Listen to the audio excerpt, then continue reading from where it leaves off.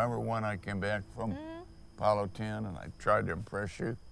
Yeah. You know, Daddy's been to the Been moon, he here, flew Snoopy goodness. closer, and I was remember. way out in the heavens where God lives, and I never forget it. And you just stood and listened to me, and Brought you back down to earth. all of a sudden it got quiet, and I had nothing else to say, and you looked up and say, Daddy, now that you've been to the moon and back, when are you going to take me camping? Camping. We used to Like go camping. you promised me. That's right. And you know what that brought home? All the times during that period of our life together that I couldn't take you camping, that I was gone. I was gone somewhere. I was gone and gone and gone and gone. It was a very selfish life on my part and on a part of all the guys. Eugene Andrew Cernan, urodzony 14 marca 1934 roku w Chicago, zmarły 16 stycznia 2017 roku w Houston, amerykański astronauta pochodzenia słowackiego, komandor United States Navy. Uczestnik 3 lotów kosmicznych w ramach programów Gemini i Apollo. 11 człowiek, który stanął na Księżycu i ostatni, stan na czerwiec 2024 roku. Z programu księżycowego pozostało przy życiu zaledwie 8 astronautów. Śpieszmy się zatem ich szanować, dopóki są wśród nas.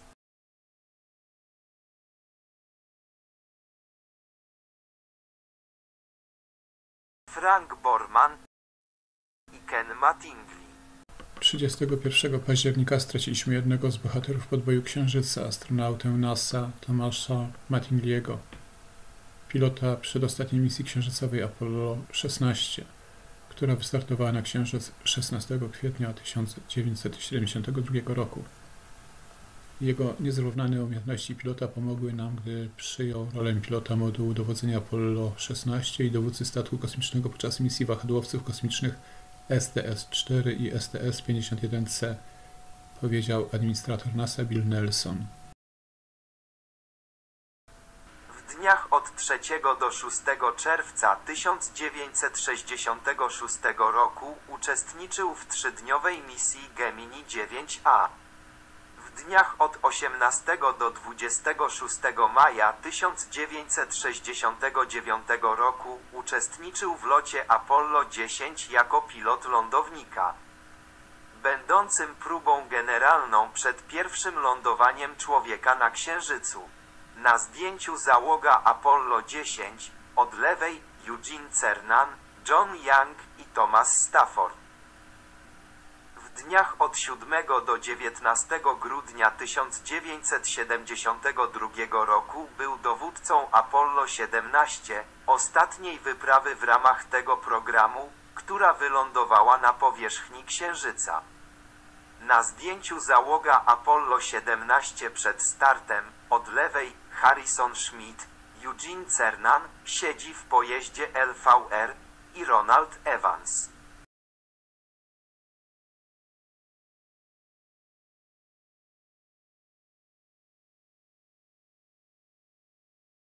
Trzeciego czerwca 1966 roku wystartował Gemini 9A. Pilotem podczas tej misji był Eugene Cernan. Reporting from Cape Kennedy, CBS News correspondent Walter Cronkite. T-3. They've already fed information to the spacecraft, and they'll go even if it should malfunction again today, however. But they do believe they fixed it. It was in a little two small transistor modules, so-called, that less than an inch square, that were in the relay box of the computer This is Gemini chain. Launch Control. Now T-minus 2 minutes and 30 seconds and counting. We have word here in the control center that the spacecraft computer has accepted the update information from the Mod 3 system. Of course, information has also gone by hardline to the Gemini launch vehicle. Now T-minus 2 minutes and 15 seconds and counting. The Air Force Eastern Test Range has given the blockhouse an okay to launch at this point. Coming up at T-minus 2 minutes and counting.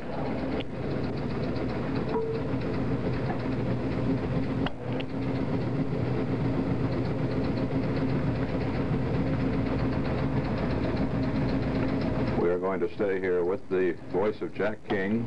This is Gemini Launch Control, T-minus 1 minute and 40 seconds and counting. We have a report that there was a switchover in Houston, but now we have confirmation that the update data is in the computer.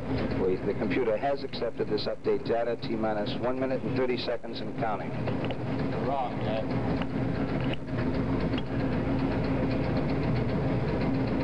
T-minus 1 minute and 20 seconds and counting. All appears to be proceeding well at this point in the countdown during the final phases. The astronauts have been alerted, and we have gimbal those engines as planned. The engines have swung, the first stage engines, and our checkout still continues at this point, coming up on 1 minute shortly. T-minus 60 seconds and counting. T-minus 60.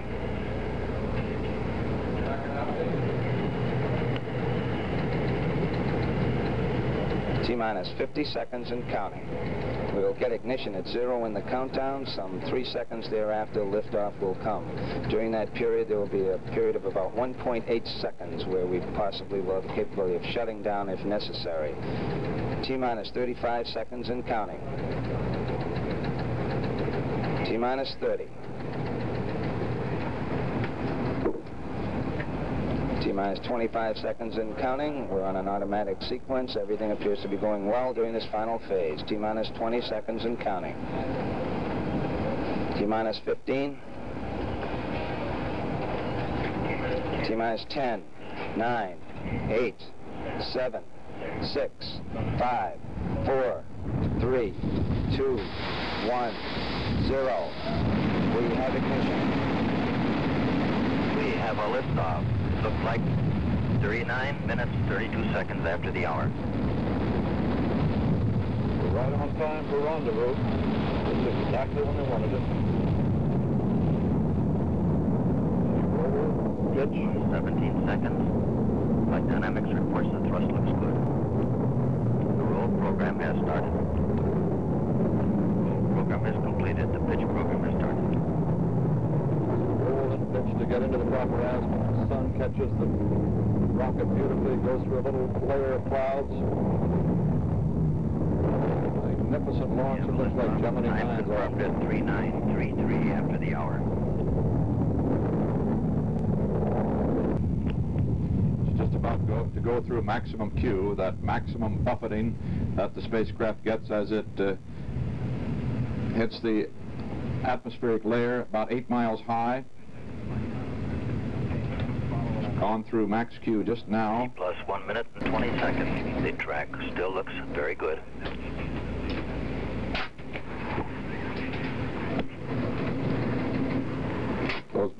Those two big engines of that first stage booster, with some 430,000 pounds of thrust, gulping almost unbelievable quantities of fuel.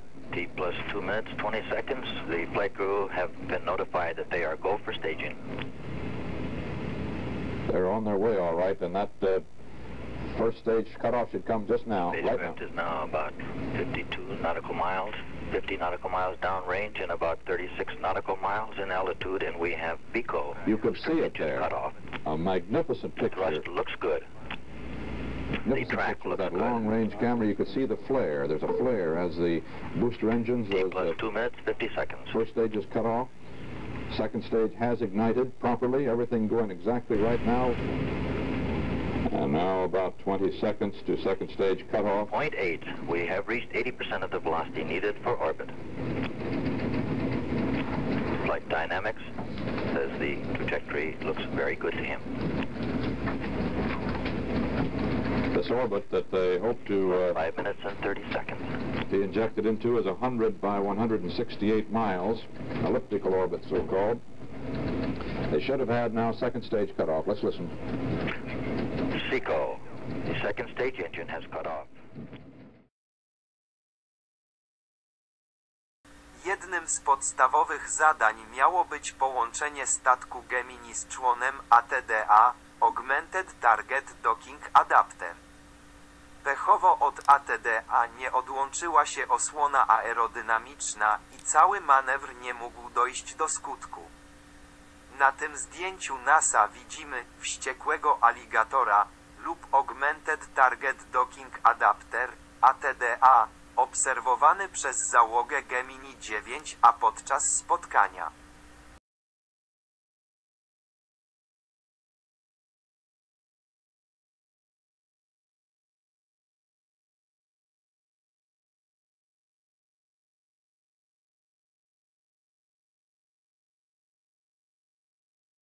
Jednym z celów misji było wypróbowanie przez Cernana podczas wyjścia w otwarty kosmos nowego, osobistego systemu manewrującego AMU, Autonomy Maneuvering Unit. Ponad dwugodzinny spacer tak jednak wyczerpał astronautę, że zaszła konieczność zrezygnowania z prób AMU. Cernan stracił również kamerę z filmem, który wykonał podczas tego spaceru w kosmosie.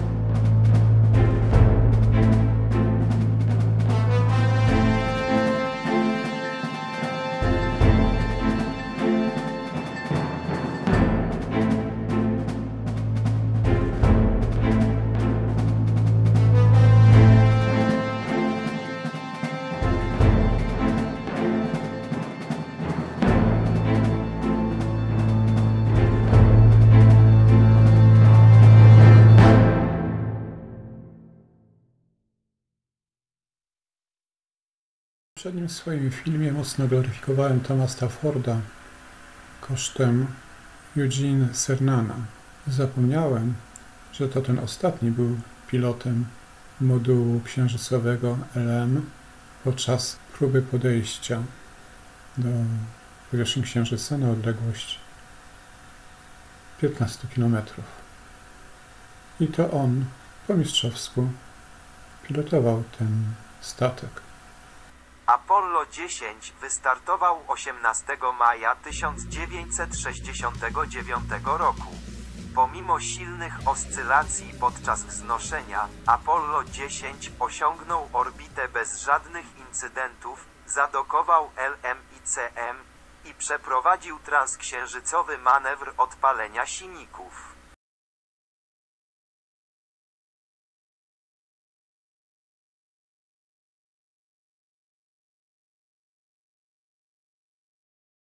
This is Apollo Saturn Launch Control. We've just passed the 3-minute mark. We've had the firing command. That's the signal that the automatic sequence is now in. And the remainder of the count will be handled by the master computer here in the firing room as various of events click off leading up to the ignition of the 5 engines in the first stage of the Saturn V at the 0, with liftoff at the 0 mark in the count. The actual ignition of those 5 engines will come at 8.9 seconds in the count. We'll have a report of all engines running at the 2-second mark. At that time, and over the next 2 seconds, those engines will be specially checked to assure that we have proper thrust. Once that occurs, we will get commit, meaning that the hold-down arms can release, and we will get liftoff of the Saturn V launch vehicle atop 7.5 million pounds of thrust. We're now coming up toward the 2-minute mark in the count. At this point, the tanks in the vehicle pressurizing. 2 minutes and counting. Our status board indicates here in the control room that all aspects involved are ready. Tom Stafford has just reported back that they want to thank everybody for all the help. We're now at T-minus 1 minute, 45 seconds and counting. We'll go on internal power with the launch vehicle at the 50-second mark. At 17 seconds in the count, the guidance system goes internal. This is guidance reference release. We already have the proper flight azimuth in. Now 90 seconds and counting. Now 90 and counting. The astronauts have turned off their ground communication at this time. However, they are on VHF and, of course, the S-band circuits, as well as the special astronaut communication circuit. 1 minute, 12 seconds and counting. The vehicle tanks beginning to pressurize at this time. Our status board indicates that the third stage tanks are now pressurized. We're coming up on the 60-second mark. 60 seconds and counting. We are go for a mission to the moon at this time. The second stage tanks now pressurizing, and we're coming up on the power transfer. 50 seconds and counting. We have now switched to internal power satisfactorily on the batteries of the first stage, all three stages of the Saturn V vehicle. 40 seconds and counting. Tom Stafford making a final check of his computer. The vehicle, all stages pressurized at this time. We're waiting for the swing arms to come back. One should be coming back at this time, a second one at 17 seconds. Tom Stafford reports they are go. We're coming up in the 20-second mark. T-minus 20 seconds and counting. 17 seconds and counting. Guidance internal. 15, 14, 13, 12, 11, 10, 9. We have ignition sequence start. Engines on. 5, 4, 3, 2. All engines running. Launch commit. Liftoff. We have liftoff 49 minutes past the hour. Stafford reports the clock has started. The tower is clear. Tom Stafford acknowledges the roll and pitch program to put Apollo 10 on the proper course. What a beautiful sight that is. Picture will break up a little bit because we are getting buffeted here now by the tremendous reverberations from that great engine. The building is shaking, the cameras are shaking. Rockets disappearing into the clouds.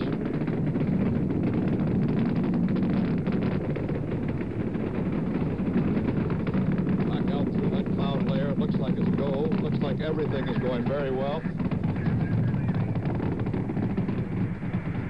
Like a beauty so far. Yeah, the pressure is relieving. It's almost directly overhead here. 1 mile, 3.3 nautical miles high. The voice you hear now is Jack Riley, Mission Control in Houston. What a ride, babe. What a ride. Sounds like Stafford saying, what a nice ride. Eugene Cernan reporting, what a ride. Roger. Going 3 minutes 2. Roger.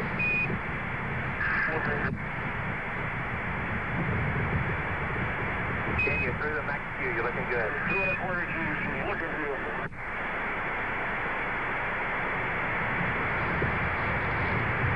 One minute, 44 seconds, downrange 7 miles, 12 miles high. They successfully passed through max Q. Roger, copy, Tom. You're hearing communication from the spacecraft. Code 1 Charlie, you're looking great. 1 Charlie and 3 G's up to us, great. You're hearing Go that. for staging, Ken. Roger, 10 go.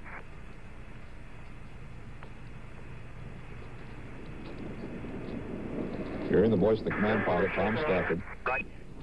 and the voice of Mission Control in Houston. Inboard engines are out. Roger, copy, Tom. EDS off, Ken.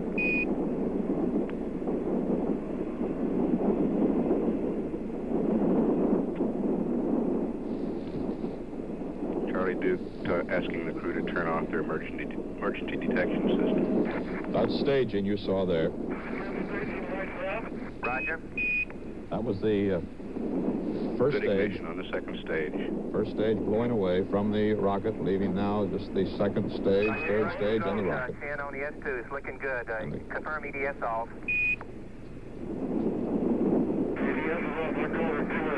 Roger.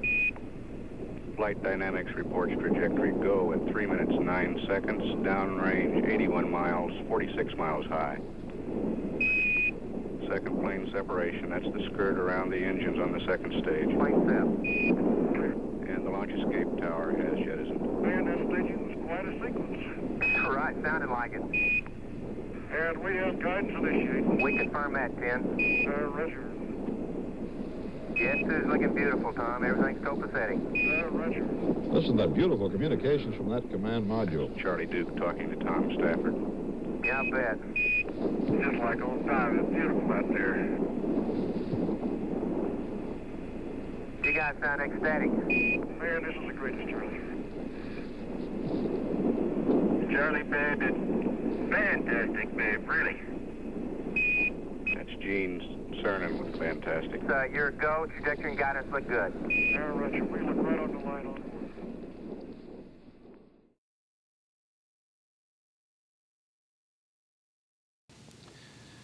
The flight is going ahead according to the flight plan. We're a little ahead here on our, we should be showing you what is taking place at this time. It is 12:51, is it not? And they are supposed to have begun the transposition at 12:49, but we haven't heard that from Mission Control as yet. Our animation is showing what should be taking place out there at this time. They should have separated in the command module. That should have occurred just 2 minutes ago. And as Leo Krupp told you out there at Downey, California, a little while ago, they're moving to 50 feet away from the spent S-4B third stage, with its precious cargo of the lunar module still in the nose. It's in something called the SLA, Spacecraft LEM Adapter. It's a parking garage for that vehicle. We're not hearing anything from Houston at the moment. Don't know why such silence from Mission Control.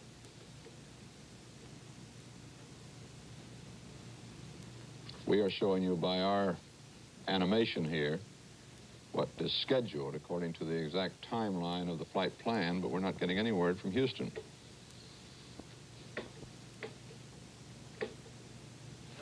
This does not mean that Houston isn't getting any word from the spacecraft. It does mean that something's keeping the Houston communicator, Mac Riley, from reporting it to us.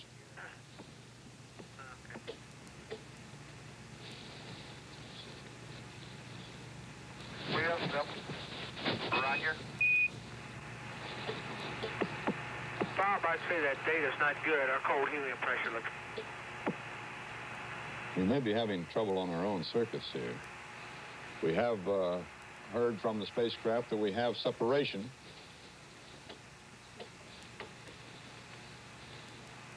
It's been relayed to me here, but I have not heard the word from Houston itself. But the relay here is that we have separation.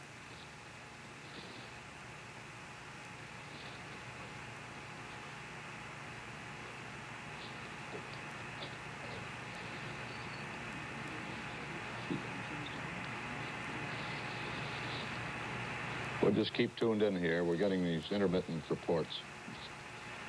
These men in the spacecraft are pretty busy. They're not talking it up at this point. This is a critical phase of the maneuver, of course. They're All 10 is pitching around now, the guidance and control officer says. Pitching around, then we'll come back in and dock with the lunar module. Altitude now 3,580 nautical miles. Velocity is down to 25,401.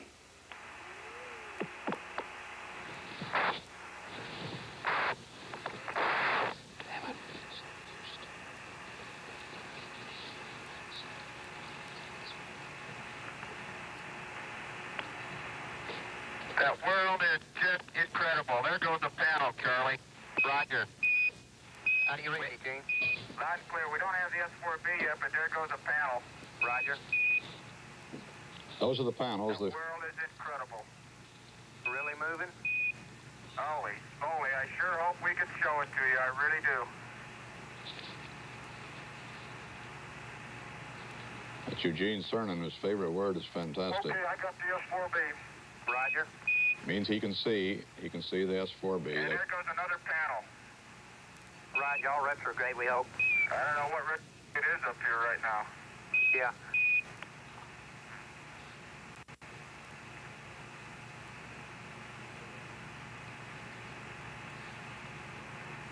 Those are the slaw panels that house the lunar module. They've been jettisoned.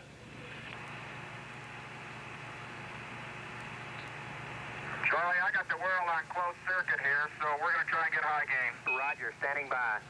At the world on closed circuit, we're going to get a picture of ourselves from 10,000 miles Okay, out. babe, there's high gain. The TV is on. I should be coming down the, and I'll have to adjust it as we come along into the S4B. Hey, it's beautiful, Gene. We got the black and white now with a little time delay on the color. You can see that that color in the middle of the picture there. That's mission control in Houston, looking at the television screen. Hey, we got the S4B coming into the top. Be coming down the, and I'll have to adjust it as we come along into the S4B. Hey, it's beautiful, Gene. We got the black and white now with a little time delay on the color. You can see that that color in the middle of the picture there. That's mission control in Houston, looking at the television screen. Hey, we got the S4B coming into the top. The sun's really shining on it. Okay, I'll try to adjust it for you. Hey, we got the color now. There it is. There it is. There's the moon in color. Shining on it. That is the Earth in color. Hey, we got the color now. You're on air, babe. Oh, that's beautiful. Look Have at you got that. the color? Yes, sir. It's looking great. I'm sorry it's tilted a little bit. That's the best I could do with the bracket. No sweat. We got it right in the center of the screen, Gene. It looks like the sun's really bright on it. Tremendously so. That's Eugene Cernan in the spacecraft, astronaut Charles Duke, the capsule communicator in the ground in Houston. The voices you hear also. The sun's got the S4B, the limb sort of blotted out. It's so bright. Isn't that something? Look at that. 10,000 miles, and there we are.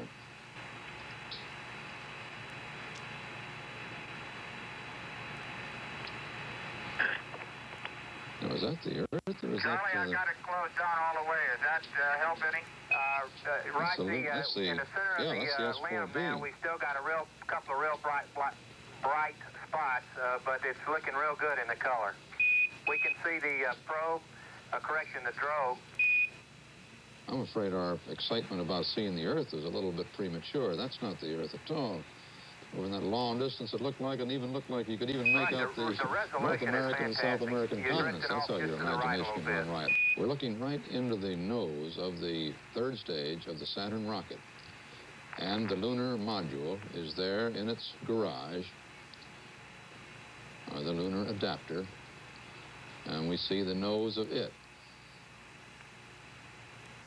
This is a fascinating picture and has more scientific value for the... Houston, you can't believe the picture we're getting. The resolution is really fantastic. I'll tell you, this monitor makes it great. More significance for the space scientists and the engineers and technicians right at this moment. I'm sure that Cernan will give us that picture of Earth if he possibly can. They are out ahead of the... How's the color, Charlie? Say again? How's the color? Hey, it's really beautiful, Gene. You got it right. You got it framed just perfectly. Okay, I think the color would be beautiful once we can show you the Earth. Right. That's a little 12-pound camera, 12-pound color camera, and the monitor is just 3 pounds, fits on the side of it, and it's just about a 2 1/4 by 3 1/4 picture. That's what they're looking at in their monitor.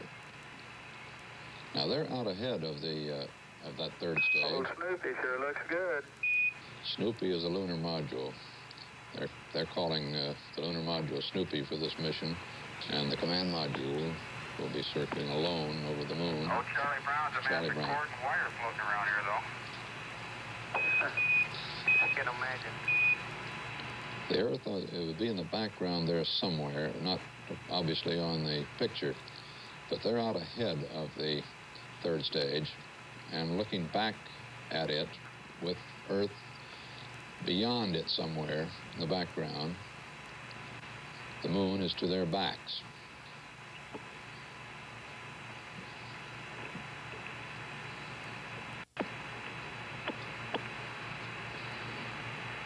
Houston, Charlie Brown, I've settled down now on the zoom, and the closing rate you see is the closing rate we've got.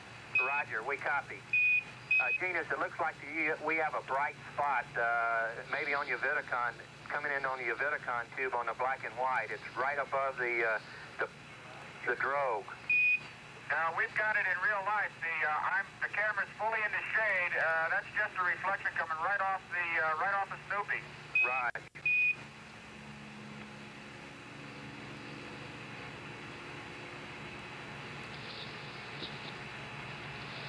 Ten, we're afraid you might be burning a hole in your Vidicon tube. Move it off a little bit off for Snoop. I think those panels are so bright we might be getting problems with the Vidicon tube. All right. If they've already got it, they've got a little bit of a bright spot you see that stays there. Even though they pan off, stays there right on your screen and ours in the center. Not too severe. I can just cover it up for a while if you'd like. Stand by.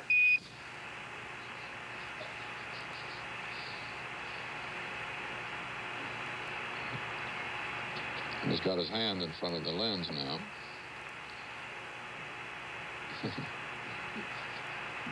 It'd be pretty hard for our cameraman here to do. Their arms aren't long enough to go around the camera in the first place, and their hands aren't big enough to cover the lens. We have other things that get in the way of our pictures. Well, at least we had a great moment of excitement there, Houston, thinking that was the Earth. Snoopy back if you Still give looks it a to little us. bit like it. I'll be glad to. Hey, that's looking great now, except for a couple of fingers there or something. Good resolution. That's what they were. You got your big hands in the way. Yeah, Gordo. Hey, I don't know what you did, but it's really beautiful now. Really great. We're just a little closer. Yeah. Hey, the color's great, Gene. How's that for the front porch? Oh, boy, that's beautiful. Those are the steps leading down from the lunar module. Those are the 10 steps which will carry then through the moon's surface on a future flight.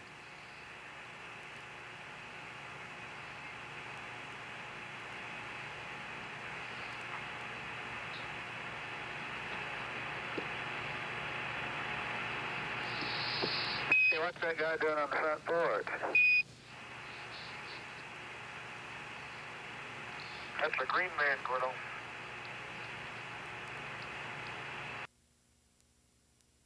Just think. John estimates 50 feet close. Roger. These two ships are moving along 50 feet apart, 25,000 miles an hour, 10,000 miles from the Earth's surface. All I can say is it's really happening, and what hasn't happened you haven't seen yet. Roger.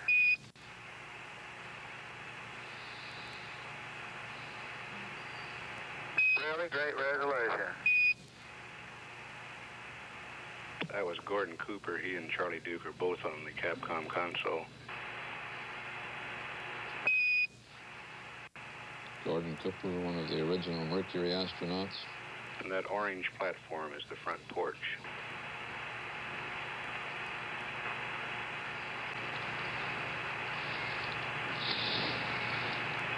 Three hours and 15 minutes. My computer back.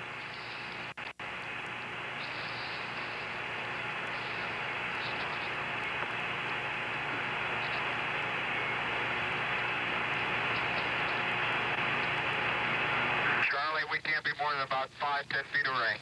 Roger.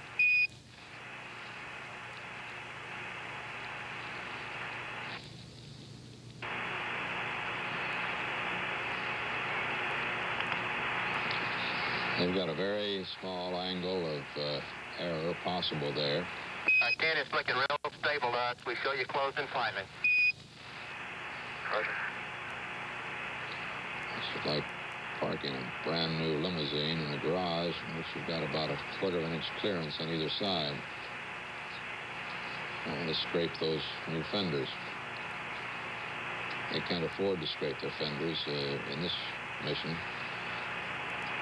They're moving in there at less than about 1/3 of a mile an hour.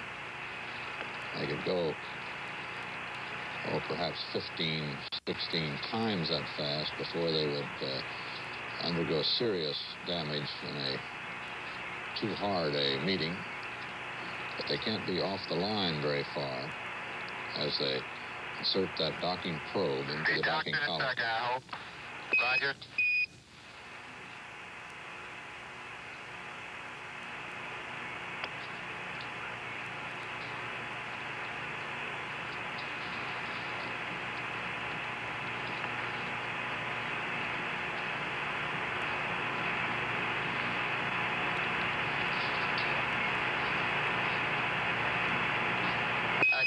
Houston, you're looking good. We can see the markings in a rendezvous with it. Looks like you just docked.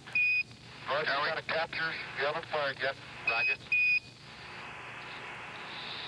This is John Young, veteran of 2 previous Gemini missions at the controls.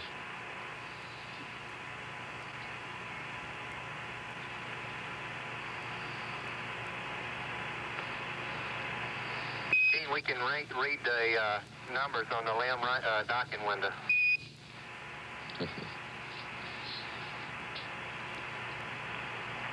Those are gradations etched in the window of the lunar module. We're there. Got 2 grays. Roger.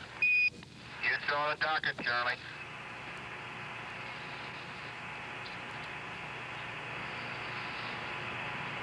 We didn't get any master alarm. Everything looks snug. Roger. Didn't look like there was any, hardly any after post-docking oscillation. Yep.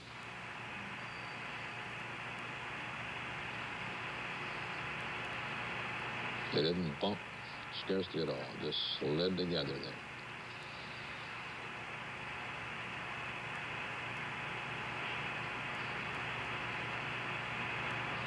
You can see the docking window of the lunar module. It has, say, gradations on it to aid in the alignment of its docking. Roger.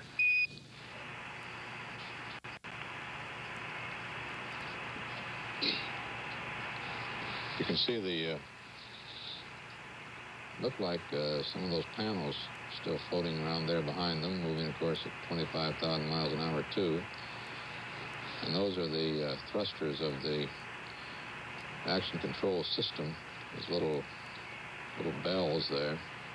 Those are 100-pound thrusters. Yeah, that's a great picture of the quad. They're called I'm trying to quads. get a quick tour. I may have to hold you up for a little bit here.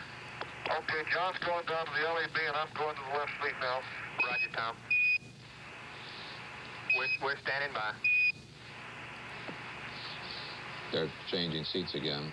Stafford's going over to the command seat, and Young's going back to the center couch. Those little thrusters are called quads because they come in clusters of 4 each. We'd like you to space the logic.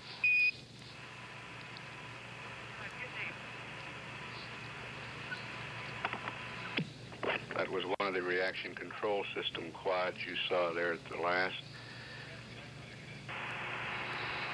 We're coming back up here now with another picture.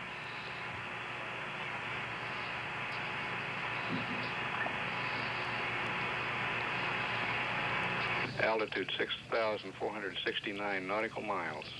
Velocity 21,280 feet per second.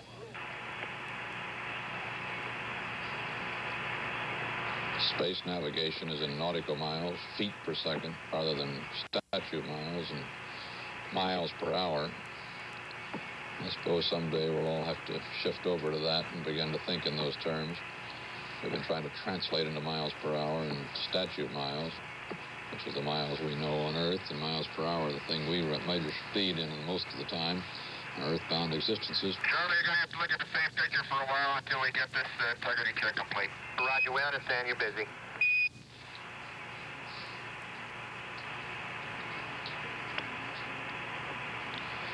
Leo Krupp out in Downey, California, what are they doing at this moment?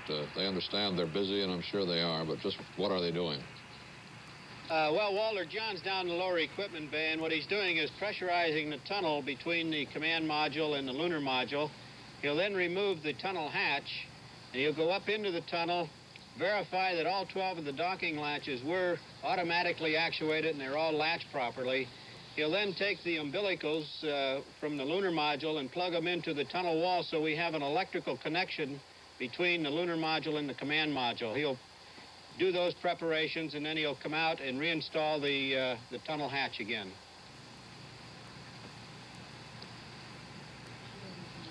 This is the hardest physical work of the whole trip, isn't it, Leo? No, sir. They will not remove the tunnel hardware at this time. All he'll do is take the hatch down so he can get access to the umbilicals and check the latches. They won't remove the tunnel hardware, the probe and drogue, until after they're in lunar orbit. That's the tough one. Yes, sir. Then they really are doing manual labor. It seems peculiar in a way, and it's a little hard to explain, except it's involved in saving weight and a lot of other gear, apparently. But with all of this highly complicated equipment, computerized, transistorized, miniaturized, and all of this in the space capsule, when they get down to this business of putting these two spacecraft together and taking that docking, that hatch out from between them, suddenly man has to get up there, and it's Young's job. He wrestles with it and pulls at it and tugs and yanks and finally moves it around and gets it back where he needs it so that they can open up the space between the command module and the lunar module for, in this case, Stafford and Cernan. They won't remove the tunnel hardware, the probe and drogue, until after they're in lunar orbit. That's the tough one. Yes, sir.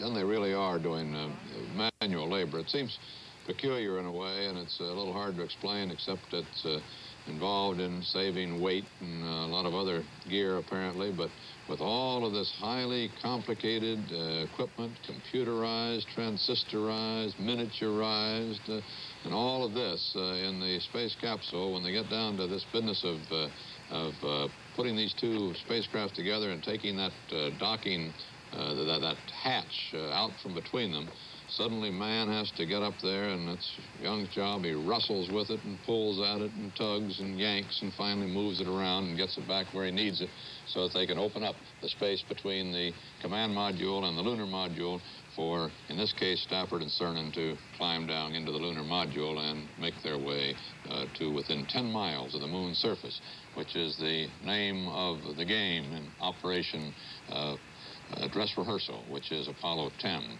The dress rehearsal to prepare the way for man to land on the moon in July. CBS News color coverage of the flight of Apollo 10 will continue in a moment. I'm Walter Cronkite back here at the Kennedy Space Center at our CBS News headquarters for the flight of Apollo 10, a flight which is going exceedingly well up to now. As you have seen those remarkable pictures from space, and you're seeing one now from that new Westinghouse color camera, we have seen the transposition, that is the command module leaving the S4B third stage of the Saturn, turning around, docking with the lunar module. It will be ejecting the lunar module, pulling it back out and letting the S4B go on its way around the moon and out to the sun at 4:58 p.m. That's another 40 minutes from now, just about that time. Meanwhile, they ride there hooked up with the S4B, taking a good look at the lunar module in its garage and getting set for that ejection move. We are still hoping that Eugene Cernan, with that camera, will pan off and give us a view of the Earth from out there 10,000 miles or more away, as they are now, moving along at almost 25,000 miles an hour. Eugene Cernan said at one time, I've got a quote of his here, "Our feeling about this is that I could sit here and try to tell you what the colors look like on sunrise and sunset, and you could attempt to picture them in your mind. Until you've seen them, until you've been able to feel them with your own eyes, you can't transmit it to another person. With this color television, we hope it will be able to do something that I think all of us in the program have wanted to do for a long time, and that's share some of the experiences and the things that are happening." Thanks to my over-enthusiasm, we're getting two thrills about seeing the Earth from outer space.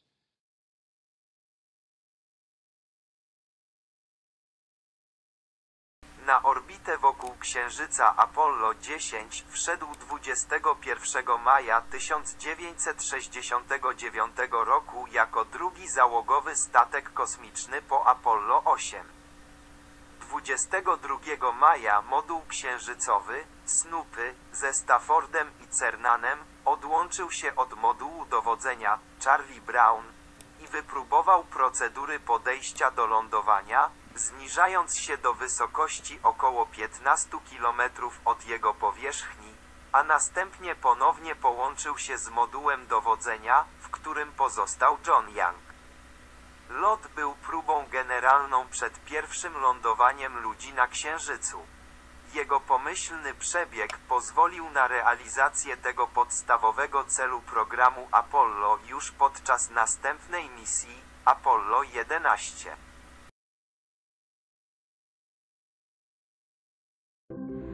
Roger, Houston, Apollo 10, you can tell the world that we have arrived. Po przybyciu na orbitę księżycową Stafford i Cernan odłączyli się od LM i weszli na orbitę eliptyczną z perycentrum, najbliższą odległością, wynoszącą 9 mil nad powierzchnią Księżyca.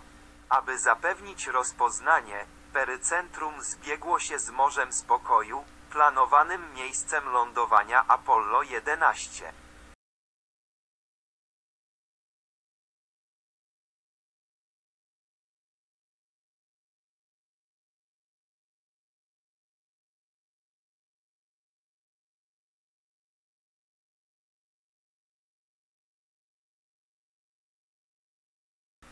Po wynurzeniu LM zaczął szybko skręcać z powodu źle ustawionego przełącznika w systemie naprowadzania abort. Staffordowi udało się odzyskać kontrolę i poprowadzić odpalenie na spotkanie z CM. We're coming down, going upside down and backwards to retrograde. I heard the thruster start to fire. Or just bang, bang, bang, bang. So what I did, the station switches here, raised the thing, and boom, station. In the meanwhile, I went to hard stops, but I got it back under control, and we made the maneuver. Came back and did a perfect rendezvous. Okay, I'm calling up 7. Okay, go. Okay, there it is. Okay, your TTCA is Okay, that's that way, and then that way. Yeah. Right? I'll just take a little bit that way. Yep, because we're going to be awful light. Okay. We're going to Mags, going to mode control. Okay.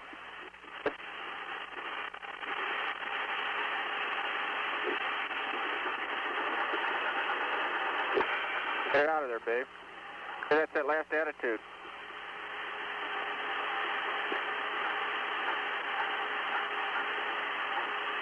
Something's wrong here. Hold it, Gino. Okay. Okay, try deadband men here. Okay, anytime you want to go. Something's wrong with that yaw rate gyro. Let's go in pings and attitude hold. Okay. Okay, with the sample set for a light vehicle. We'll do it this way. Okay, you ready? Okay, hold it. We're in. Okay, go. Ready? Thrust aft. Hold it. Thrust aft. Okay, ready? Stage. Okay. Gimbal lock. Going to pings. God damn. Okay, let's make this burn on the eggs, babe. We're in trouble. Make this burn on the eggs.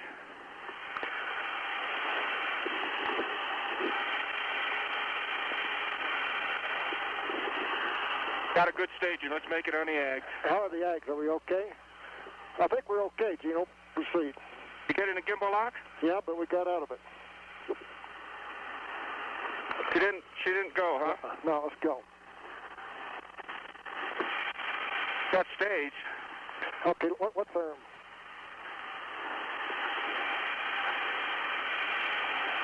What? Did you call Pooh?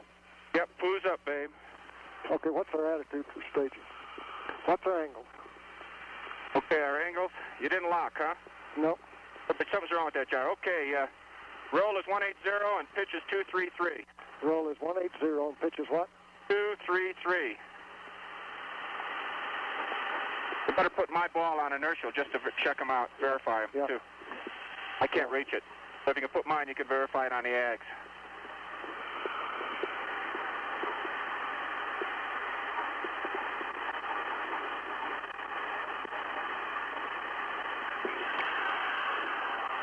Yeah, Yeah, okay, something went wild there on that staging. And we're all set. We didn't lock it. We're going ahead to the auto maneuver.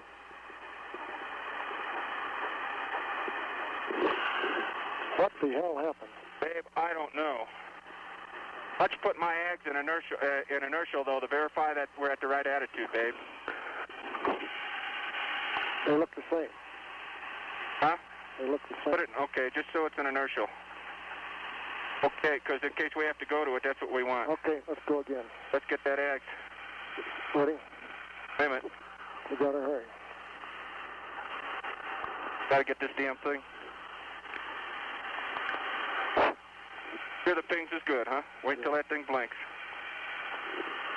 Okay, babe.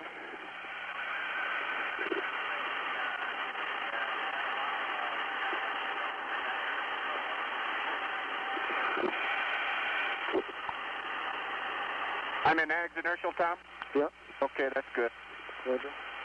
Got a lot of time, 7 minutes. Well, I don't know what the hell that was, babe. Did you push it? Yeah, it's all set. Okay, it'll be going here in a second. Yeah, roger, Charlie. That was something we've never seen before. It was real good. We went to ags and... The computer's yours, Tom. You want to go through P30 again? No, I went through P30. Go into P40. 4-2. So it's 232. Beautiful. Beautiful.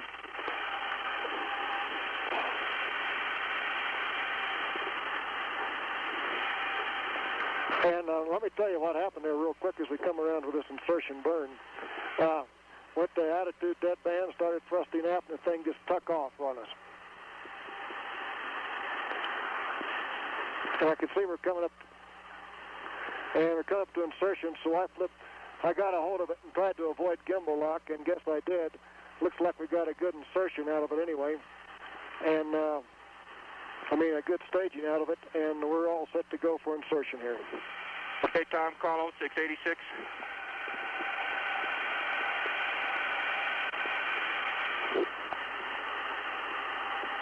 Okay, the computer's yours.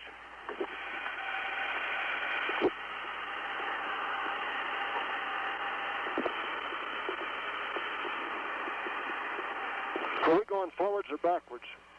Oh, we're going backwards. Yeah. That's where we want to go. Yeah, right.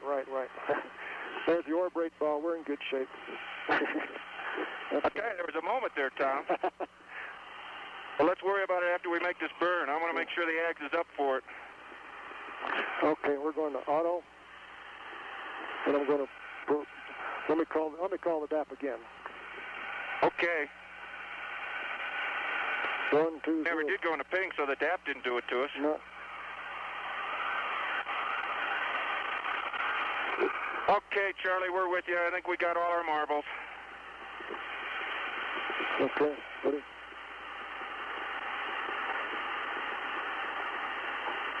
Boom, boom. He is sure coming down to that ground, I'll tell you. I wonder where that stage went. I don't know, but I hope we never find it again. Yeah.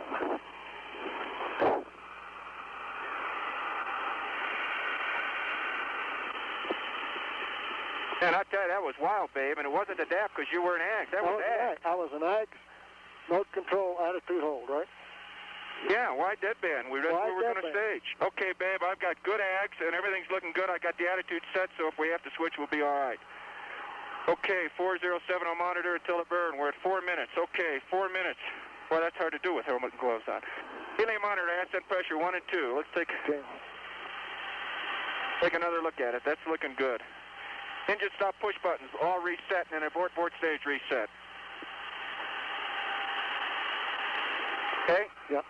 Push buttons reset. Go. AX translation. Yep. AX translation 4 jets. Yep. Okay, Tom.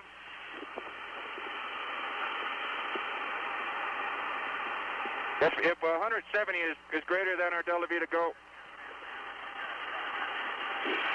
Okay, Tom, if we've got less than 170 feet, or if we got more than 170 feet per second to go, we're RCS.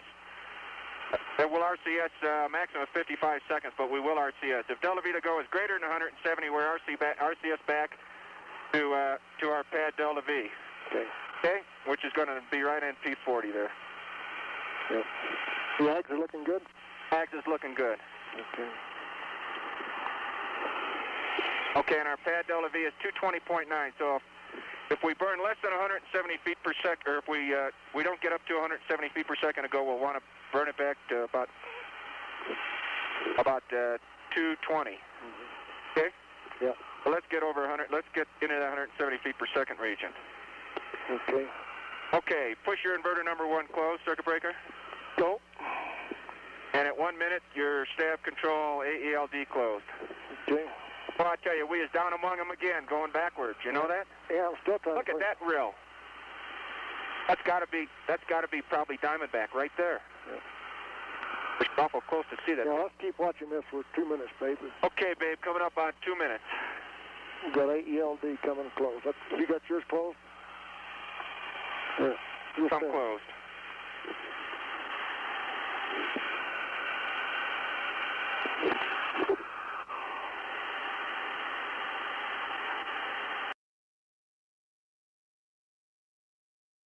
Tomasz Stafford zdawał się być zagubiony nieco w swojej roli dowódcy i w pewnym momencie nawet Cernan musiał go poinformować, że przecież dobrze lecą tyłem do przodu, bo to jest konieczne przy manewrze hamowania przed podejściem do lądowania.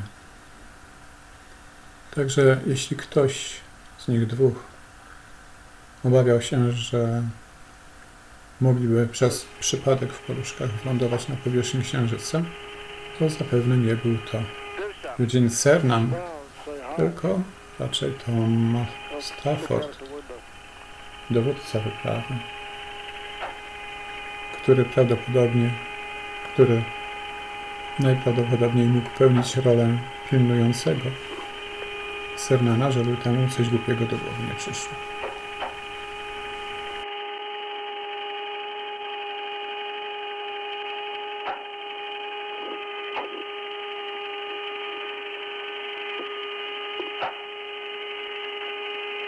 Must be coming over the landing side again. Oh, hell, we're in the backside. Backside.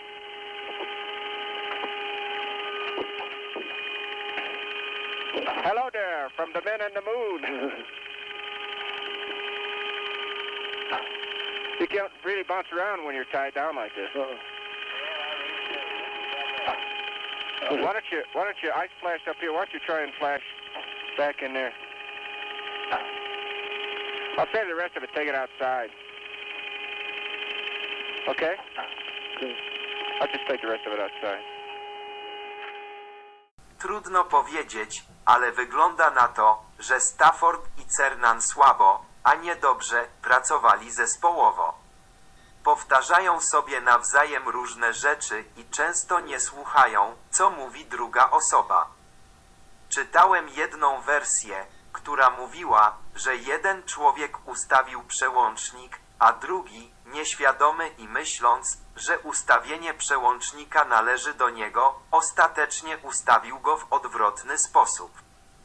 Mieli używać AGS czy PGNS? Auto czy ATT Hold? Myślałem, oglądając to, sami to ocencie. Posiadanie podwójnych systemów naprowadzania, AGS i PGNS, również wydawało mi się złym pomysłem. Zauważyłem, że Orion ma tylko jeden system naprowadzania.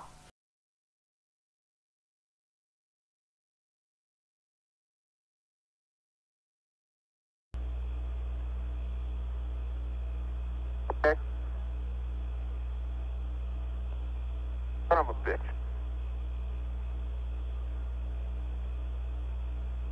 Okay, let's make this burn on the eggs, babe. Make this burn on the eggs. We see staging. Got a good staging. Let's make it on the eggs. You get in the gimbal lock? She didn't go, huh? That stage.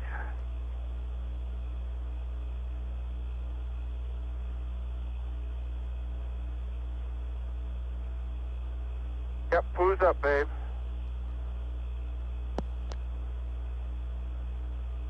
Okay, our angles. You didn't lock, huh? Something's wrong with that jar. Okay, roll is 180 and pitch is 233. 233. Better put my ball on inertial just to check them out, verify them, too. I can't reach it. So if you can put mine, you can verify it on the ags.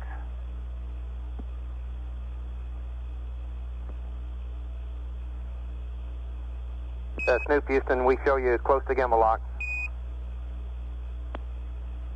Yeah, okay, something went wild there on that staging. And we're all set. We didn't lock it. We're going ahead to the auto maneuver. Roger.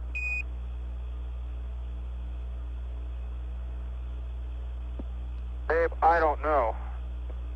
Why don't you put my ags in inertial, though, to verify that we're at the right attitude, babe? Huh? Put it, okay, just so it's an inertial. Okay, because in case we have to go to it, that's what we want. Let's get that act. Wait a minute. Gotta get this damn thing. Charlie, how was the stage? Is good, huh? Wait till that thing blinks. Charlie Brown, Houston, they got staging. They had a wild gyration, though, but they got it under control, over. Roger. I'm in ags inertial, Tom? Okay, that's good. Got a lot of time, 7 minutes. Well, I don't know what the hell that was, babe. Snoop Houston, you're looking okay for the insertion burn. Here in a second, I just... Yeah, roger, Charlie. That was something we've never seen before. It was real good. We went to ags and... The computer's yours, Tom. No, I went through P30. Go into P40.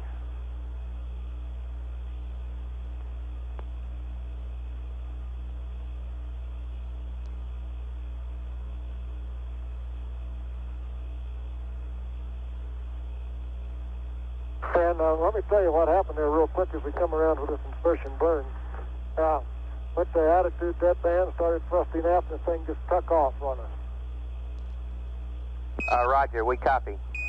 And I could see we're coming up, and we're coming up to insertion, so I got a hold of it and tried to avoid gimbal lock, and guess I did. Looks like we got a good insertion out of it anyway. And, a good staging out of it, and we're all set to go for insertion here. Okay, Tom, call 0686.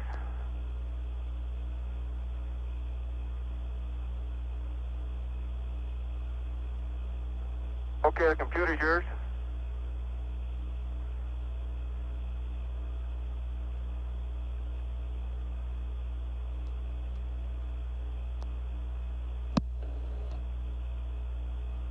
We're going backwards. That's the way we want to go.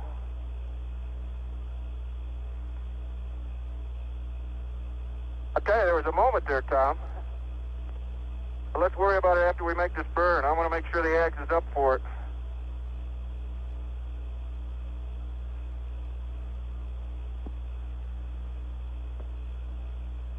Okay.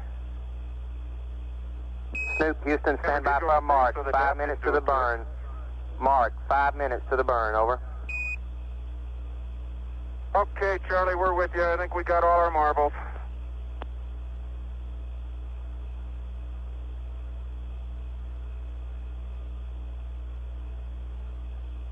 It's sure coming down to that ground, I'll tell you. I don't know, but I hope we never find it again.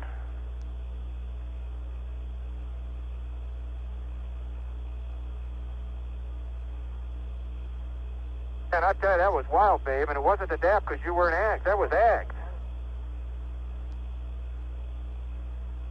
Yeah, wide deadband. That's where we're going to stage. Okay, babe, I've got good ags, and everything's looking good. I got the attitude set, so if we have to switch, we'll be all right. Okay, 407 on monitor until the burn. We're at 4 minutes. Okay, 4 minutes. Well, that's hard to do with helmet and gloves on. Give me a monitor, ascent pressure 1 and 2. Let's take another look at it. That's looking good. Engine stop push buttons, all reset, and then abort stage reset. Okay? Push buttons reset. X translation. X translation 4 jets. Okay, Tom. Houston, I'm not reading them, so if they don't make it, you got to tell me, huh?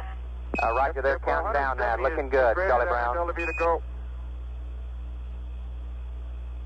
Okay, Tom, if we've got less than 170 feet, or if we got more than 170 feet per second to go, we're RCS.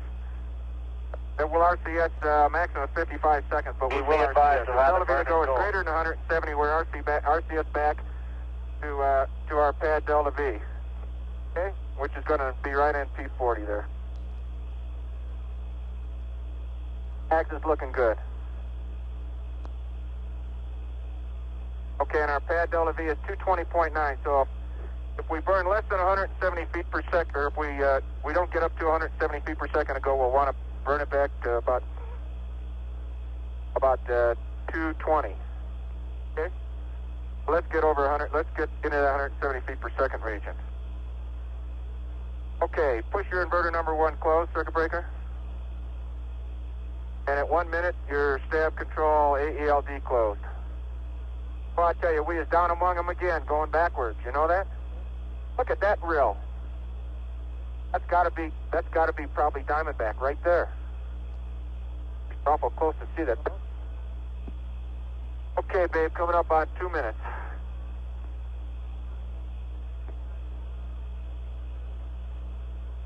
I'm closed.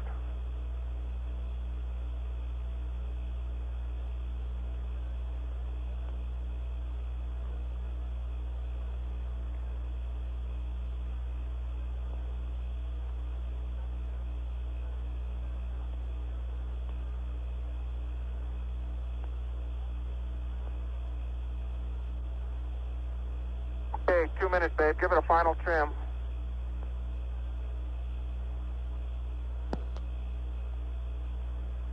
Okay, there it is. Okay, my AELD's coming closed, Tom. Okay, and to verify your inverter number 1 breaker's closed. Okay, at 35 seconds, we want the engine arm to arm. We're in pings. We're in auto.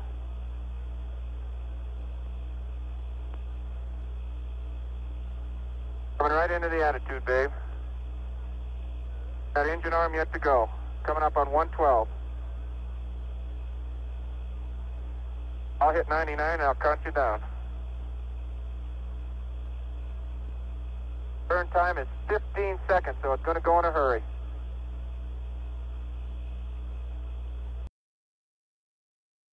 Much has been made over the years of the lunar module incident that occurred on Apollo 10, which occurred about 10 minutes prior to Paracynthian. Only 2 people were there, and their accounts differ. First of all, I, for one, would think that any unexpected maneuver this close to the moon, in a spacecraft only flown once before by men and never in the vicinity of the moon, would be seen as rather violent. But we do have data to support one viewpoint over the other. In Eugene Cernan's The Last Man on the Moon, he describes the incident as being caused by a switch from AGS to pings, choosing which computer to use by Stafford, after Cernan had already thrown the switch. He says that when the descent stage was jettisoned, Snoopy went nuts. He then describes seeing the surface corkscrew through the window and being totally out of control, and the 8-ball spinning crazily.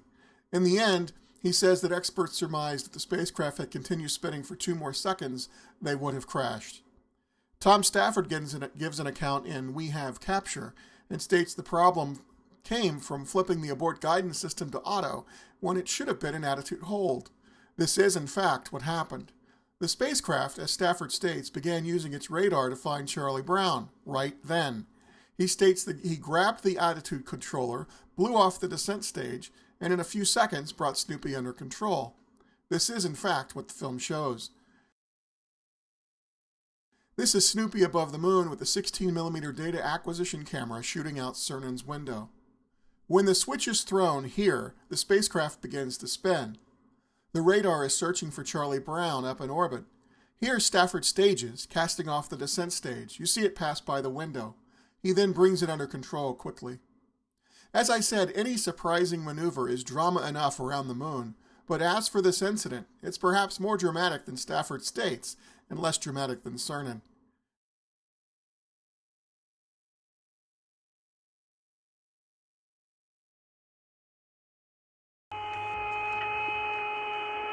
You want some more brownies? No. First, a little hungry. That music even sounds outer spacey, doesn't it? You hear that? That whistling sound? Yeah. Woo! Look at your... Yeah, it sounds like, outer space type music. Hey, Tom, is your insulation all burned off here on the front side of your window over here? Right? Yeah. Mine's all burned off. Heading out here, where are you, John?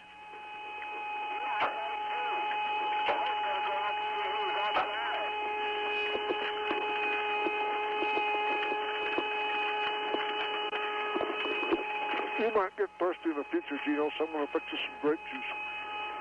Okay?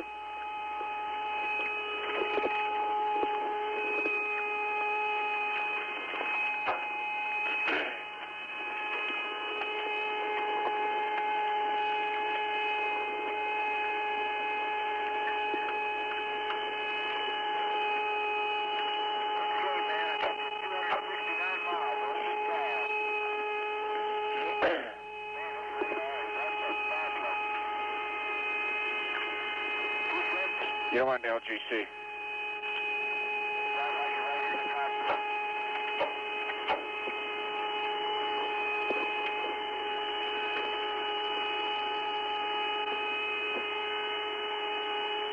There's the one Jack wants a picture of over there. I'll get that one for him with this camera. Yeah, these pictures that orbiter took are fantastic.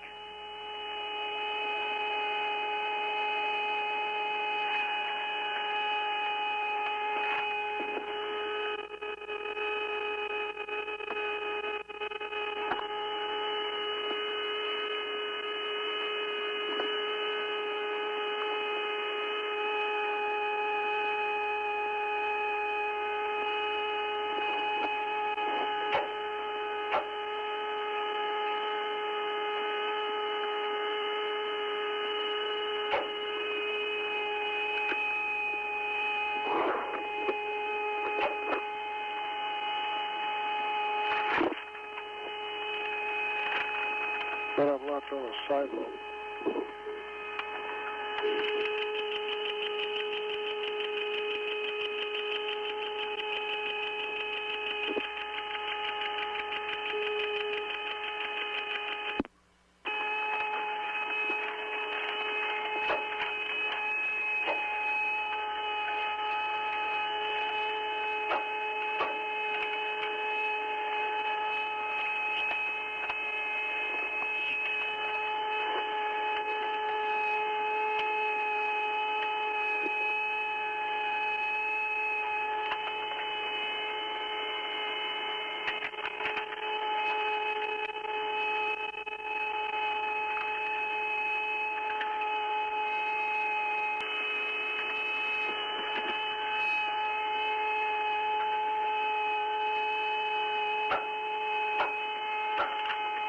Yeah, we sure is getting high.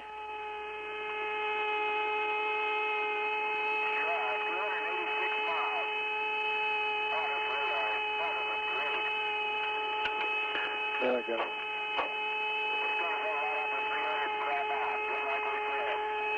Is it really?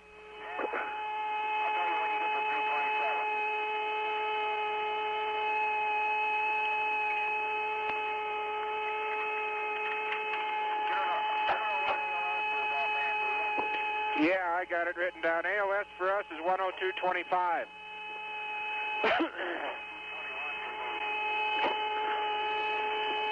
Okay, 40 minutes, babe. I gotta connect SN batteries. Okay.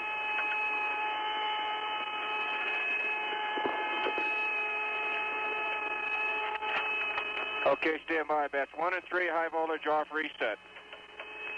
That's 1. 2. Boy, that sure is weird music.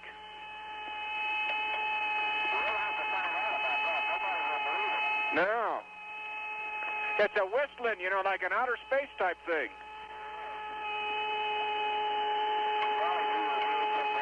Na wypadek, gdyby ktoś był ciekawy, ten głośny dźwięk niby to docierający z próżni nie jest dźwiękiem z radia, ale dźwiękiem częstotliwości generatora prądu zmiennego. Przenika on do każdego nagranego dźwięku i nie jest bynajmniej muzyką kosmiczną ani sfer niebieskich.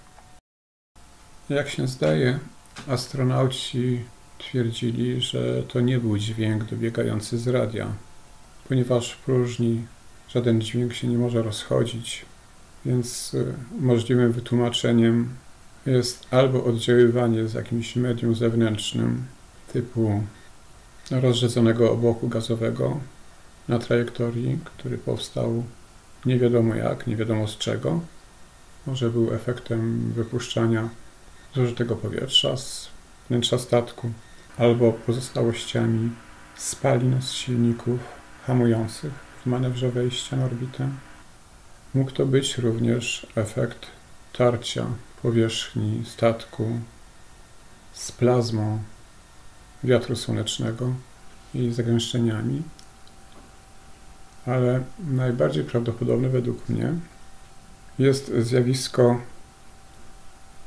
odprężania metalu. Statek był niejednorodnie nagrzewany z jednej strony i przy niewielkich, powolnych obrotach mógł wydawać praktycznie rzecz biorąc dowolny dźwięk odprężającego się metalu.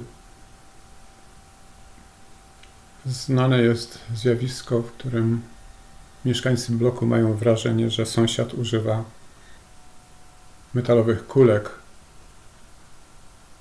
którymi się zabawia na podłodze, puszczając je z kąta w kąt, podczas gdy efektywnie za zjawisko to odpowiedzialne jest właśnie odprężanie się prętów zbrojeniowych w betonowej konstrukcji budynku, nagrzanego w ciągu dnia, gdy nasłonecznienie ustaje, zwłaszcza wieczorem.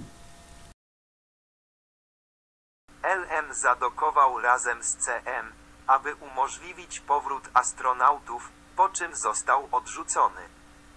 Po 2 dniach na orbicie księżycowej Apollo 10 rozpoczął trajektorię powrotną.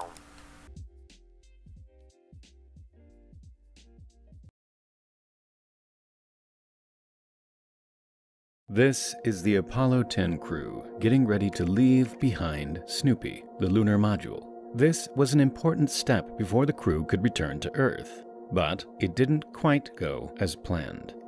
As the explosive bolts released, it blew a hole in the lunar module's hatch. This caused all of the air to rush out, making Snoopy shoot off much faster than expected. In the blink of an eye, the crew lost track of the now abandoned spacecraft as it went into the sun's glare. This was the last time the lunar module was ever captured on camera. A few hours later, NASA lost track of the spacecraft, and its location remained completely unknown for decades. But in 2018, astronomers discovered an object flying by Earth that might just be this lost lunar module from 1969. But where had it been this entire time? We're going to look at the crazy journey of Apollo 10's lunar module and how astronomers might have managed to find it after 50 years in space. Over the course of the Apollo missions, a total of 10 lunar modules were flown in space. 2 were used for testing around Earth and eventually burned up in the atmosphere. On the famous Apollo 13 mission, 1 served as a lifeboat for the crew before also burning up in Earth's atmosphere. The rest were purposefully crashed into the moon after successfully completing their mission. But Apollo 10 was a bit different. Designed as a rehearsal for the upcoming Apollo 11 mission, Apollo 10 did everything apart from actually landing on the moon. Once in lunar orbit, astronauts Thomas Stafford and Eugene Cernan descended to just 15 kilometers above the lunar surface. After testing out Snoopy's systems, the bottom half of the lunar module was ditched and eventually crashed into the moon. Now, with just the top half, the astronauts returned to the command module and prepared to leave Snoopy behind. But after releasing Snoopy, it disappeared behind the sun's glare, and the astronauts lost track of where it went. Because it was following the same path as the crew, NASA was worried that its orbit might come back and collide with the command module. However, it still had a lot of fuel left over, and so, instead of letting it crash into the moon, NASA decided to fire its engines and send it on a trajectory far away from the astronauts. Snoopy continued burning until it ran out of fuel a few minutes later. Despite losing track of it initially, the astronauts on board the command module actually saw Snoopy performing its burn. This was the last time Snoopy was ever seen by humans. To understand where Snoopy went after its burn, we need to look at how the Earth and Moon were positioned. The Earth orbits the Sun counterclockwise at around 30 kilometers per second. The Moon orbits the Earth counterclockwise at around 1 kilometers per second. And so, relative to the Sun, the Moon also moves at roughly 30 kilometers per second. The Apollo 10 crew were orbiting the Moon clockwise, so in the opposite direction to the Moon's orbit around Earth. When Snoopy did its final burn, the Moon was around here, on the Earth's trailing side. This burn added an extra 1 kilometers per second to its moon velocity, allowing it to escape the Moon's gravity. But because this velocity was in the opposite direction to its motion around the Sun, Snoopy's speed relative to the Sun was now slower than that of Earth. This burn effectively slammed on the brakes, while the Earth and Moon carried on as normal. This meant Snoopy now had a little bit less velocity to fight against the Sun's gravity, and so its orbit got pulled in. Now traveling mostly on the inside of Earth's orbit, Snoopy was completing its lap around the Sun quicker than Earth, once every 342 days. This meant it started to race ahead of the Earth and slowly pull away. Snoopy continued racing around the Sun for another 15 years before it finally made a close flyby of Earth. When this happened, Earth's gravity pulled on the spacecraft, changing its orbit ever so slightly. We know where Snoopy went after it left the Moon. The problem is, all of this is based on just a few days' worth of data after Snoopy separated, and every future encounter with Earth would have changed its trajectory, adding much more uncertainty to its location.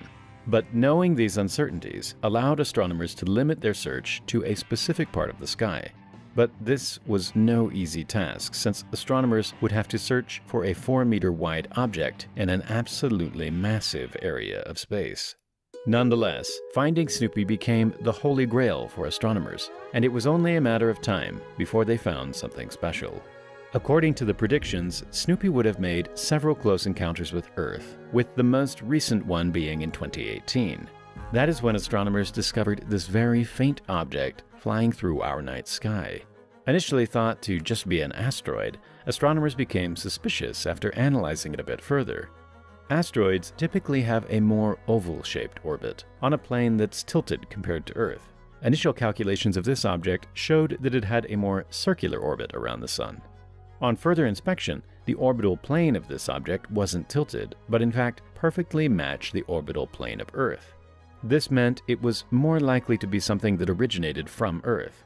The object was also moving at a very similar speed to Earth, whereas an asteroid would usually have a much greater speed. Another important giveaway was the object's brightness. Astronomers had calculated what an object with Snoopy's shape, size, and material would look like at various distances, and the light from this object seemed to match that. Amazingly, astronomers discovered this object when it was 55 million kilometers away from us. But this meant it was too faint to really analyze. In the past, NASA was able to identify a long-lost Centaur upper stage using spectroscopy observations. This works by measuring the light from an object at different wavelengths and determining what material it's made from. Different materials will absorb and reflect light at different wavelengths. By comparing these spectroscopy graphs with materials here on Earth, we can identify what material the object must be made of. This object is too far and dim for us to perform measurements like this, and we will have to wait until 2028 for it to make another flyby of Earth. Only then will we be able to do spectroscopy observations and confirm if it really is Snoopy. Snoopy is the only spacecraft once occupied by humans to still be traveling through space. Despite going off on a crazy journey 54 years ago, the laws of physics mean that it will continue to call home every now and then. Perhaps in the future, we will have the ability to retrieve the abandoned spacecraft and finally bring it back to Earth, where its crazy journey all began. Eugene Cernan został nieprzypadkowo wyznaczony na dowódcę ostatniego księżycowego lotu, na dowódcę Apollo 17.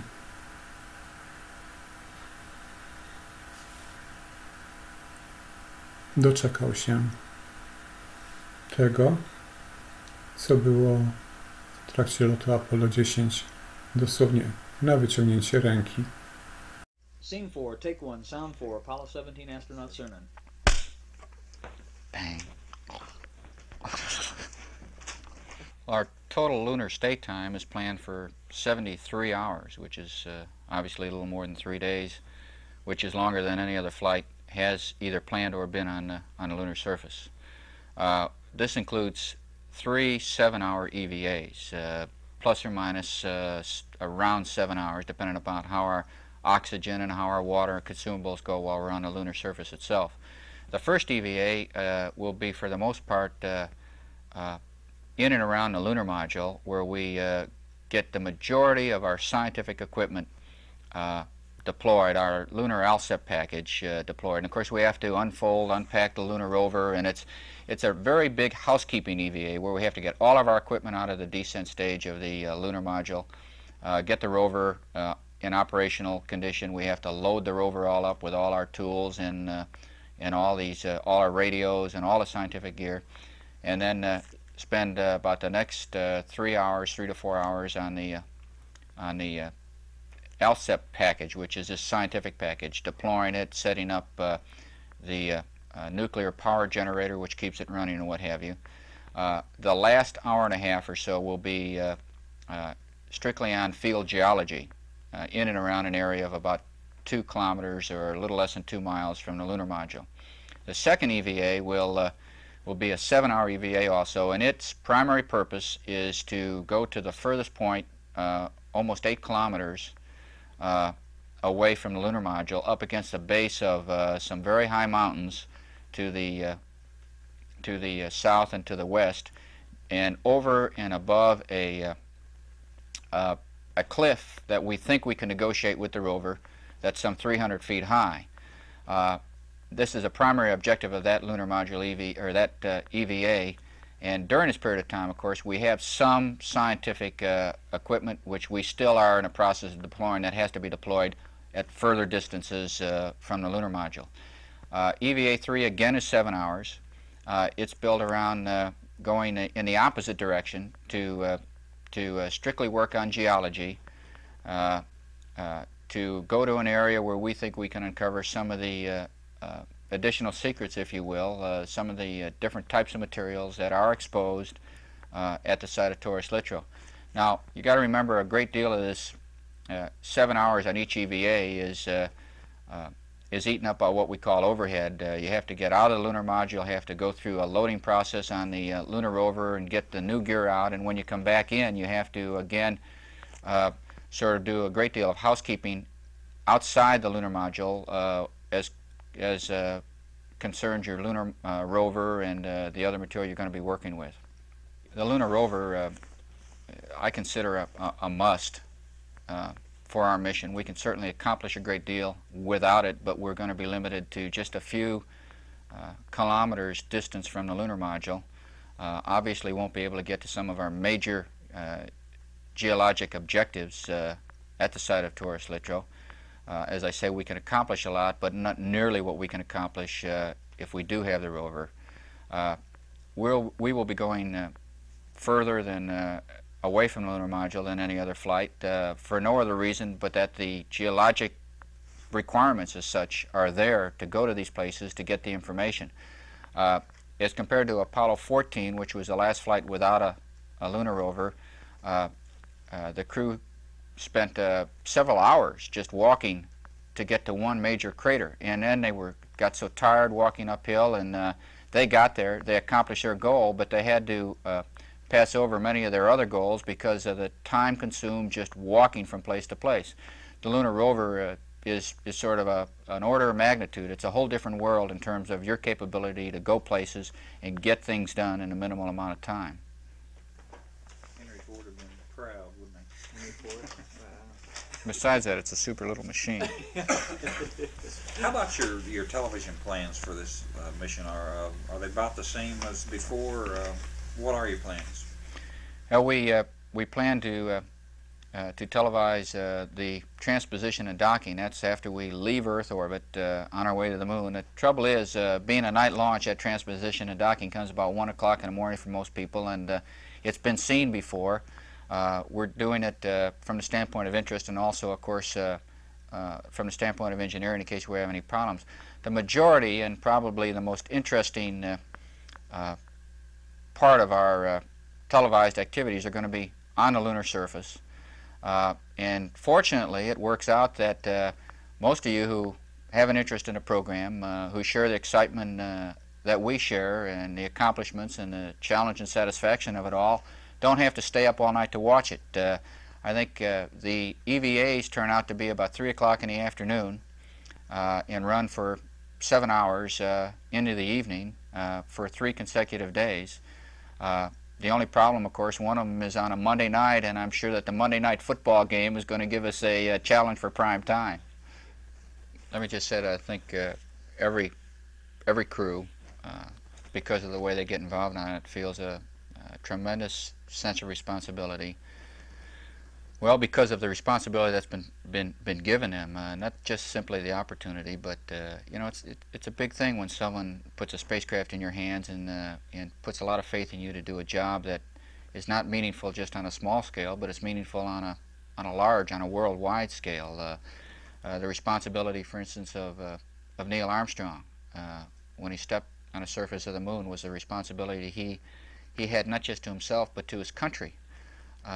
Because the whole world was listening, and of course that moment, that episode, that accomplishment in itself probably meant as much to this country, certainly in the last decade, than anything else has meant in terms of pride and prestige and respect that he gained through the program, through his efforts, not as certainly as an individual, but he was put in that spot, than anything else that I can ever remember in my lifetime. And I think we all look at the flights that way. Apollo 17 is no different. I personally look at it from the standpoint of being commander of the flight as having a little bit of an extra responsibility, because it's something that I cherish very deeply.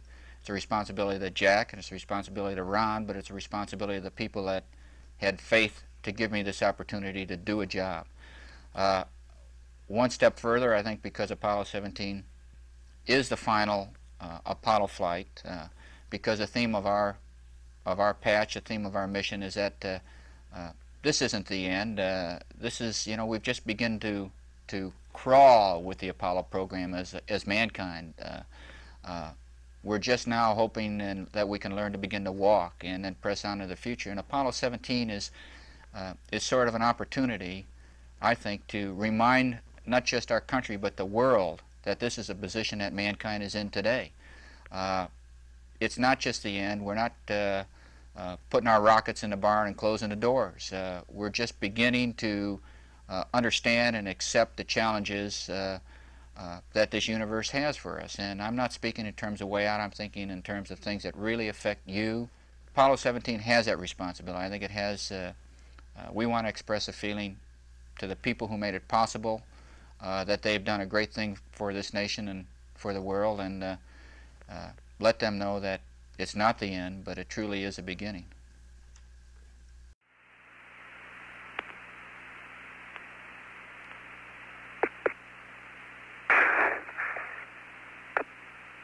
I'm on the footpad in Houston. As I step off at the surface at Taurus Littrow, we'd like to dedicate the first steps of Apollo 17 to all those who made it possible.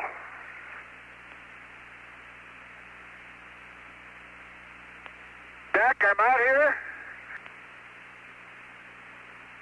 Oh, we have boulder tracks coming down.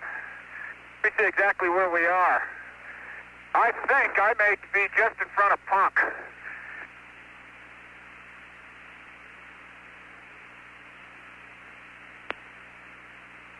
Okay, we copy that, Gene. And the boulder tracks are both the north and south. Okay, on the North Massif, we've got very obvious boulder tracks. A couple large boulders come within 20 or 30 feet of the, it looks like where we can get to them, but there's a couple I know we can get to.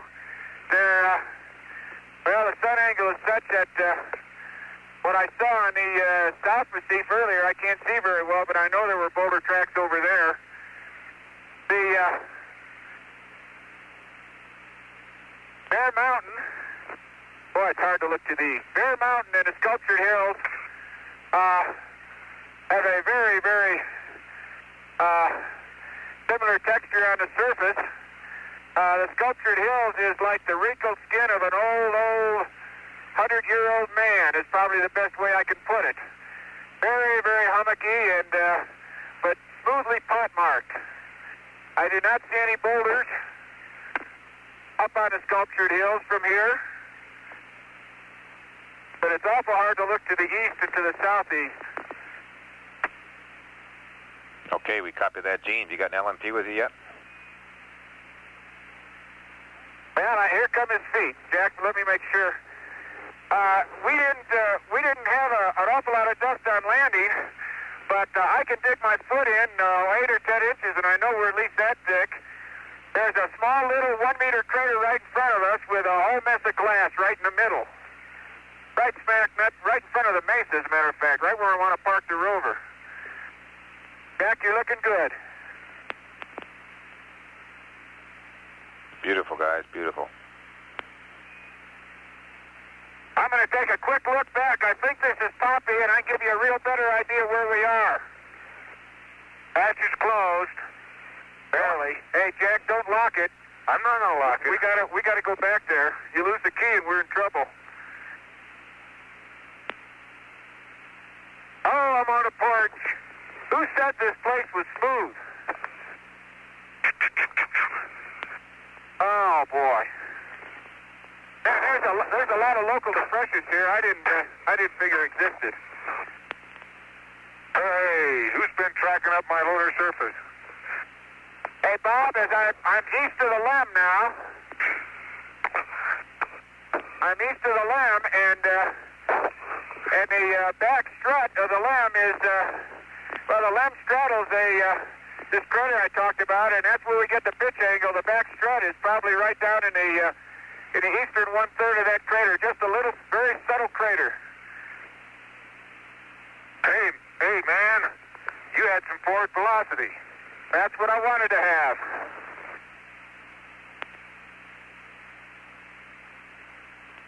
Boy, I look at some of these rocks that are filleted here, Jack, and there's sure are a lot of sparklies in them. Awful lot of sparklies. You landed in a crater. That's a pretty good shot. Okay, I'm going to get to work in a minute just as soon as I take a look at Trident. Why don't you come over here and let me deploy your antenna? Okay? Just walk around for 1 second. Hey, man. Put your visor down. And I'll be over there and you can fix my tool harness. I don't like that thing loose. I don't like it loose either. What are you doing over there? We're supposed to be working. I'm just going to give them a fix. All these little craters, Jack, have got glass in the bottom of them. Here's another one. There's very clear sweeping of the surface by the descent plume out, about 10 meters now, 15 meters.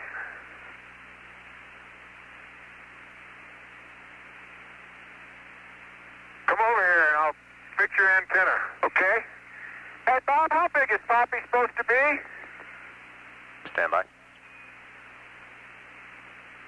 It looks on the map. I didn't hear you. You cut out. Okay, it looks on the map like it's about 75 meters in diameter. Fairly subtle. Okay, I'll tell you where I think I landed. about 100 meters from Poppy at 10 o'clock. You think that's Poppy, huh? I think so. I think it's an awful big hole. Well, I know. I got to look around a little more. It sure is not Trident. Bend over. I'll get your antenna. It might be part of Trident. Get your antenna. Oh, a little more. God, it's beautiful out here. Nope. Hang on. Yep. Okay, the immediate surf. Yeah, go you talk to him. I don't want you to see it up yet. The surface is moderately cohesive. It holds a pretty good boot print. Very fine grain. Gene's kicking around. Looks very much like previous soils. You got her? Yeah. Oh, you got a hole behind you now. Well, I'll stand it. You can get at it better. Well, you got me right in the sun. Can you come around this way? Oh-ho.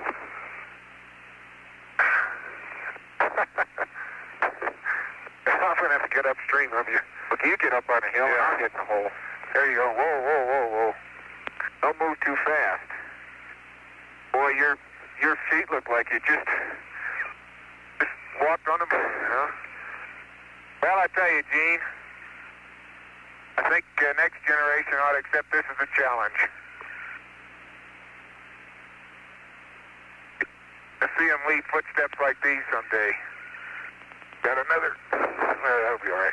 Okay, what can you do with my tool harness? I'm going to work on it. That's what I'm going to do. Oh, hold still. Okay. Well, I tell you, looking to the east, you might just well forget it.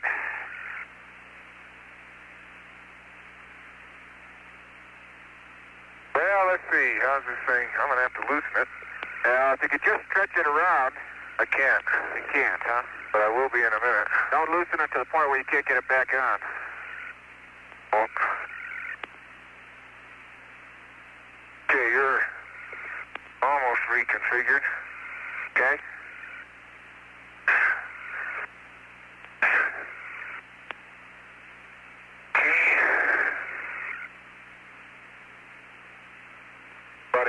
Somebody tied you on wrong, too. They've got the strap reversed for the Velcro. Okay, Gene. I think that'll hold. Okay, and if it doesn't, I'll fix you again. And there's sparklies in the soil, Jack. You can just look at it. See them all over? Very fine grain. Just sparklies, that's all. Bob, I'm going to do min cooling, or intermediate cooling. Okay, copy that. Boy, that's... See the soil sparkle? Yeah, I think that's a little glass. There's, let's go back here and get to work, and I'll show you that crater that's got nothing but glass in the bottom. That's a vesicular rock of some kind there, Gino. It almost looks like a monocrater's pumice, but don't quote me. Bob, I have to reiterate, even the small, even the very small, the 1 and 2 inch, 3 inch fragments that are laying around here have been dusted and filleted with the dark mantle. And that sweeping by the descent stage goes all the way out there, just to where we were, which is about 50 meters, I guess. Hey, man. Hey, these rocks, they almost have a pink, very light pinkish hue to them, and they're not obviously breccia. Now that's like a breccia there, but this does something else again. Now, I don't think there's any place you could land around here where you wouldn't have 1 foot in the crater. Looks like a vesicular, very light-colored porphyry of some kind. About 10 or 15% vesicles. I'm right in front of the limb. Quite a few of the rocks look of that type. Sort of a pinkish hue to them. The texture is coarse, but I'm not sure how crystalline they are yet. Okay, back to work. Jack, when you put up the ETB, check down there below it. Oh, Okay, let me take a look at the rover. Let's don't forget those. Yep. It's my fault, I guess. Yeah. Okay. Oh, man, I tell you, we came down just a little forward velocity. Look at that. Right there. About a foot slip on the pad. I tell you, there's craters all over here. Okay, baby. I'd sure like to think that wheel's where it's supposed to be. It looks good to me. Our next little vehicle to work.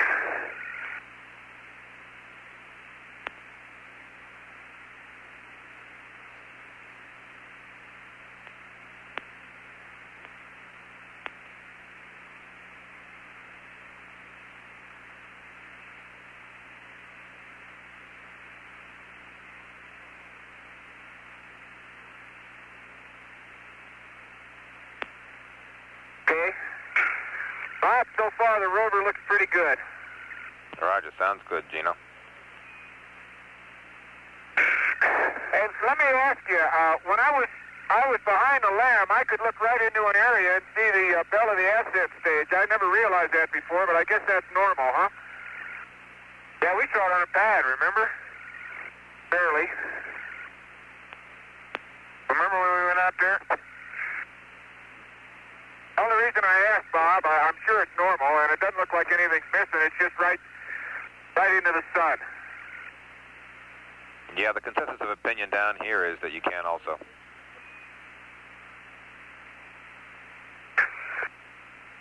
Well, that's probably the best place in the world to get a consensus of opinion from. Okay, Jack. It's about work time. I've got the rover about ready for your up there. I got a little delayed here. Okay.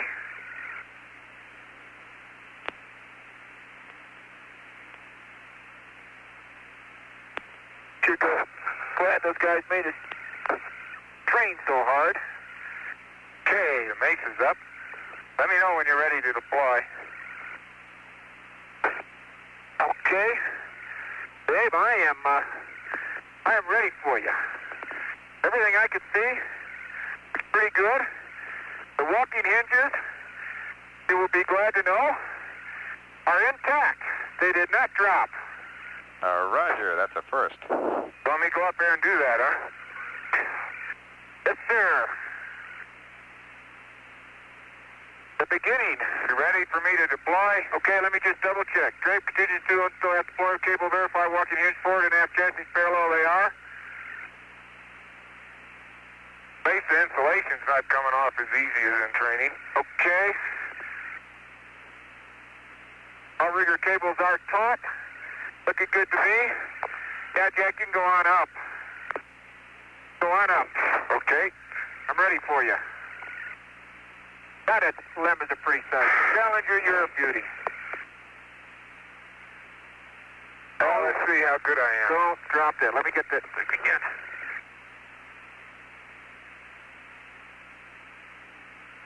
Yes, sir. Yes, sir. You're pretty agile there, Twinkle Toes. You bet your life I am.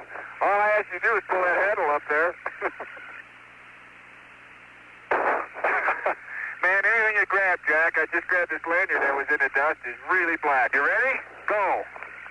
He fell, Houston. She's open. Okay, you got parallel chassis. The wheels look good on this side. Okay, they're good on this side. Let's get down and let's get it out.